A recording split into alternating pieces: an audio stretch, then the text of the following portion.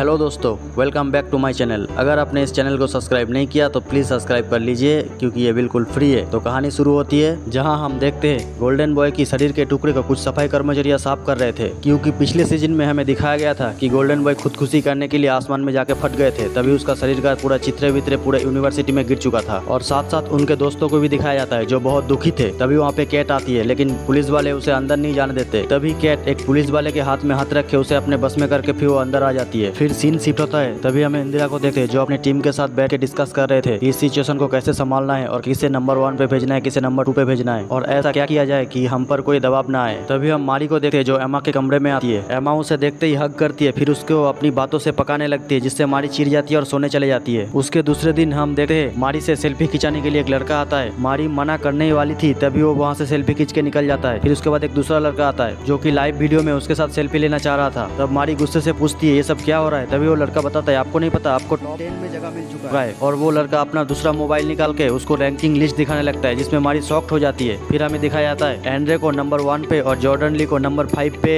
डाल दिया गया है। उसके बाद हम देखते हैं प्रोफेसर ब्रिंग के शोक समारोह पर जॉर्डन आता है जिसके हाथ में एक फोटो था जिसमें जॉर्डन और प्रोफेसर एक साथ दिख रहे थे। वो फोटो वहाँ रखने ही वाली थी। तभी हम देखते हैं उस समारोह पर एक लड़की अपने फॉलोअर बढ़ाने के लिए रोने का दिखावा करती है। ये देखे जॉर्डन वहाँ से निकलने लगता है। तभी केट जॉर्डन के पास आ जाती है। केट जॉर्डन से बात करना चाहती है लेकिन जॉर्डन उसे इग्नोर करके वहाँ से निकल जाता है। तभी हम देखते हैं अपने बाजू में खड़े रफूस अपने दोस्तों को केट से दूर रहने के लिए कहता है, जो कि ये बात केट सुन लेती है। फिर केट रफूस के पास जाती है, उसे छू के अपने बस में करके उसको बोलती है तुम एक मोटा डंडे से अपने बॉल में तब तक मारोगे जब तक तुम्हें दर्द नहीं होगा। फिर वो रफूस कहता है हाँ इसमें तो बहुत मजा आ जाएगा। फिर वो वहाँ से निकल जाता है। फिर हमें जेफ नाम का एक लड़के को दिखाया जाता है जो सोशल मीडिया डायरेक्टर होता है और वो लंगड़ा भी होता है। वो मारी से आकर मिलते हैं, उसे बधाई देते हैं और उसे फोन भी देता है और आगे और मिलने वाले फैसिलिटी के बारे में बताता है। तब मारी कहती है मैंने तो कुछ नहीं किया, जॉर्डन ने गोल्डन बॉय से लड़कर मेरी जान बचाया था। तब जेफ कहता है ये तो आपका बड़प्पन है, आप अपने मुंह से कुछ नहीं बताना चाहते हो और इस चीज को कायम रखना और बहुत आगे जाओगे। ये बोलकर वहाँ से उसको लेके निकल जाता है। फिर हमें एंड्रे को देखते हैं जो अपने दोस्त को खोकर बहुत दुखी और परेशान था और ना चाहते हुए भी अपने पापा का मन रखने के लिए वहाँ पे फोटोशूट कराने के लिए आता है, जिसमें एंड्रे का पिता एंड्रे को कहता है बेटा गोल्डन बॉय के जाने के बाद तुम नंबर 1 बन चुके हो, तुम एक हीरो हो, ये तुम्हारे लिए एक बहुत बड़ा अपॉर्चुनिटी है जिसको तुम्हें बनाए रखना होगा। तभी मारिये जेब के साथ वहाँ आ जाती है। तभी मारिये को पता चलता है उसका और एंड्रे का एक नेशनल इंटरव्यू होने वाला है जो पूरी दुनिया देखने वाला था। तभी इंटरव्यूअर ने मारिये को एक स्क्रिप्ट देती है जो इस इंटरव्यू में उसे याद करके आने के लिए कहती है और वही स्क्रिप्ट में जो लिखा है वही इंटरव्यू में कहने के लिए कहती है। फिर एंड्रे फोटो शूट करवाने लगता है और मारी भी उससे ज्वाइन करती है। फिर दोनों अच्छे अच्छे पोज देकर अपने फोटो खिंचवाते हैं। फिर हम देखते हैं मारी और एंड्रे टहलते हुए बात कर रहे थे जिसमें एंड्रे पूछता है कि लुक ने मरने से पहले तुम्हें कुछ बताया था क्या। फिर मारी कहती है कि वो मरने से पहले किसी वुड्स का नाम लिया था। तभी एंड्रे कहता है कि लुक ने मरने से पहले मेरे कान में कुछ बताया था कि मेरे डैड के पास कुछ है, लेकिन क्या है मुझे नहीं पता। मुझे ये समझ में नहीं आ रहा है कि लुक ने प्रोफेसर को क्यों मारा और खुदकुशी क्यों की, क्योंकि वो एक ब्रिलियंट लड़का था। ऐसा लगता है कि जैसे मेरे अलावा कोई इस चीज को जानना भी नहीं चाहता है। तब मारी कहती है ठीक है फिर तुम ही पता लगाओ इसके बारे में। एंड्रे कहता है क्या तुम सच जानना नहीं चाहती, तुम्हें झूठी तारीफें पसंद है। तब मारी कहती है देखो मैं सिर्फ एक रात तुम लोगों के साथ बाहर गई थी और इस कारण मैं तुम लोगों को ठीक से जानता भी नहीं हूँ। उस पार्टी में तुमने जो कांड किया था उसके लिए प्रोफेसर मुझे निकलने वाला था, पता है तुम्हें बचाने के लिए तुम्हारी डैड और यूनिवर्सिटी के आधे लोग तुम्हारे साथ है, लेकिन मैं अकेली हूँ। प्रोफेसर और लू की मौत का मुझे बहुत अफसोस है, लेकिन मैं इस झमेले में पढ़ना नहीं चाहती। फिर मारी वहाँ से निकल जाती है। उसके बाद हमें परफॉर्मिंग आर्ट का क्लास दिखाया जाता है जिसमें वो टीचर अपने स्टूडेंट के साथ बकचोदी पेलते हुए अगली क्लास में सबको अपना पार्टनर के साथ आने के लिए कहता है। तभी एमा लियम को अपनी पार्टनर बनने के लिए कहती है जो पिछले रात को उसके साथ मजे कर रहे थे, लेकिन लियम एक दूसरी लड़की को दिखाते हुए एमा को मना कर देता है। फिर एक और लड़की लियम की बुराई करते हुए एमा के पास आती है और उसे अपना पार्टनर बना लेती है। उसके बाद हमें मारी को दिखाया जाता है जिसके फोन में एक मैसेज आता है। तब उसको पता चलता है कि उसका क्लास का टाइम हो गया और भागते हुए क्लास में पहुंचती है। हमें क्लासरूम में इंदिरा को दिखाया जाता है जो कहती है कि प्रोफेसर की मौत की बहुत अफसोस है और क्योंकि प्रोफेसर नहीं रहे तो उसके पोजीशन अब मैं संभालने वाली हूँ। तभी मारी अंदर आती है। इंदिरा मारी को अपने परिचय देते हुए बैठने के लिए कहती है और साथ में ये भी कहते हैं कि तुमने और एंड्रे ने साबित कर दिया कि तुम लोग एक हीरो हो, इसलिए आज से तुम्हारी जगह यही है। क्लास खत्म होने के बाद हम देखते हैं कि जॉर्डन मारिये को रोकते हुए ये कहता है कि तुमने कुछ नहीं किया, तुम्हारी जान मैंने बचाया और लोग तुम्हें हीरो मान रहे हैं। तब मारी कहती है कि मैं कुछ नहीं जानता, ये सब यूनिवर्सिटी का बड़े लोगों की फैसला है और वैसे भी तुमने मुझे रिजेक्ट कर दिया था, इसलिए मैं तुम्हारे लिए कुछ नहीं कर सकता। तभी जॉर्डन लड़का बनकर मारी के हाथ पकड़ लेता है और कहता है कि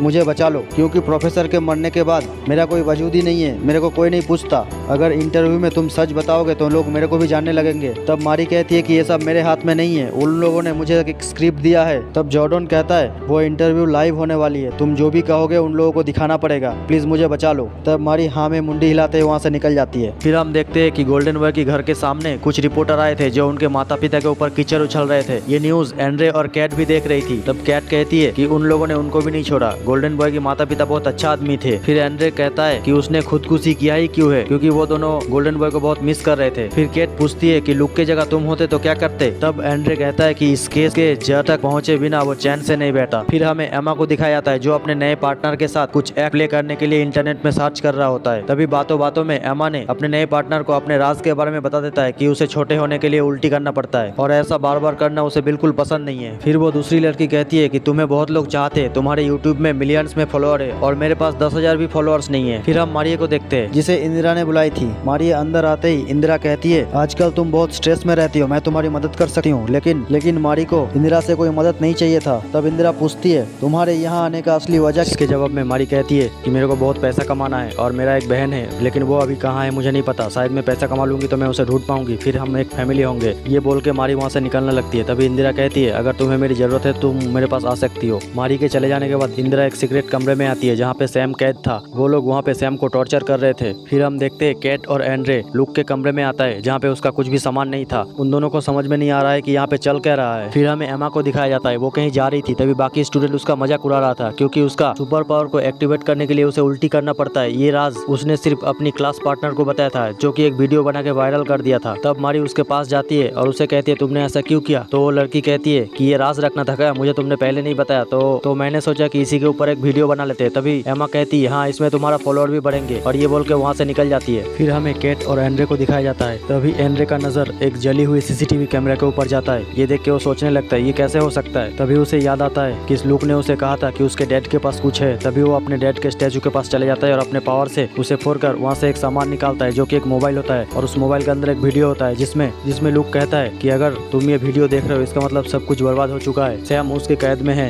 उन्होंने सैम और मेरे साथ बहुत नाइंसाफी किए है। वो लोग सैम को स्कूल के नीचे के एक सीक्रेट कमरे में बंद करके रखा है, मैं उसे बचाने जा रहा हूँ और प्रोफेसर ब्रिंग भी इसमें शामिल था। फिर सैम कहता है कि एंड्रे मुझे माफ कर देना मेरे दोस्त, मैं तुमसे बहुत प्यार करता हूँ और कैट को भी कह देना मैं उसे भी बहुत प्यार करता हूँ। ये वीडियो देखने के बाद वो दोनों शॉक्ड हो जाते हैं क्योंकि उन्हें लगता है कि सैम मर चुका है। तब एंड्रे कहता है अगर सैम जिंदा है तो हमें उसे बचाना चाहिए। अभी एंड्रे का इंटरव्यू का समय हो जाता है। एंड्रे वहाँ जाना नहीं चाहती लेकिन केट उसे मना लेती है और इंटरव्यू के लिए भेज देती है। तभी हम देखते हैं मारिया जो इंटरव्यू के लिए तैयार हो रही थी और अपने स्क्रिप्ट को याद करने की कोशिश कर रही थी और साथ ही में एंड्रे का पिता एंड्रे का इंतजार कर रहा था। रास्ते में जाते हुए एंड्रे को एक मास्क का टुकड़ा दिखता है जो गोल्डन बॉय का था। उस मास्क का टुकड़े को देख के एंड्रे का मन दुखी हो जाता है। फिर वो इंटरव्यू कैंसिल करके स्कूल के नीचे जो छिपा हुआ कमरा था उधर जाने लगता है। वहाँ जाने के बाद एंड्रे को एक कंप्यूटर मिलता है जो फिंगरप्रिंट से लॉक था। एंड्रे अपने सुपर पावर से वो फिंगरप्रिंट स्कैनर को स्कैन करके लॉक खोल देता है। फिर उस कंप्यूटर में उसे सैम का फोटो और कुछ जानकारी मिलता है। तभी वो मोबाइल से कंप्यूटर स्क्रीन का एक फोटो खींच लेता है। तभी वहाँ पे कुछ लोगों का आने की आवाज आता है तो तभी वो उस टेबल के पीछे छुप जाता है और अपने पावर से कंप्यूटर को बंद कर देता है। तभी वहाँ पे कुछ पुलिस वाले आ गए रहते हैं। उस पुलिस वाले को वहाँ पे कंप्यूटर के अलावा कुछ नहीं मिलता। तभी वो कंप्यूटर और हार्ड डिस्क उठा के लेके चला जाता है। ये सब के बीच एंड्रे का पिता एंड्रे को बार बार कॉल कर रहा था और एंड्रे भी उनका कॉल बार बार काट रहा था। तभी वहाँ से पुलिस वाले निकल जाते हैं और एंड्रे भी छिप कर उस पुलिस वाले को पीछा करने लगता है। तभी हम देखते हैं कि मारिया का इंटरव्यू शुरू हो चुका है और इंटरव्यूअर ने जो स्क्रिप्ट दिया था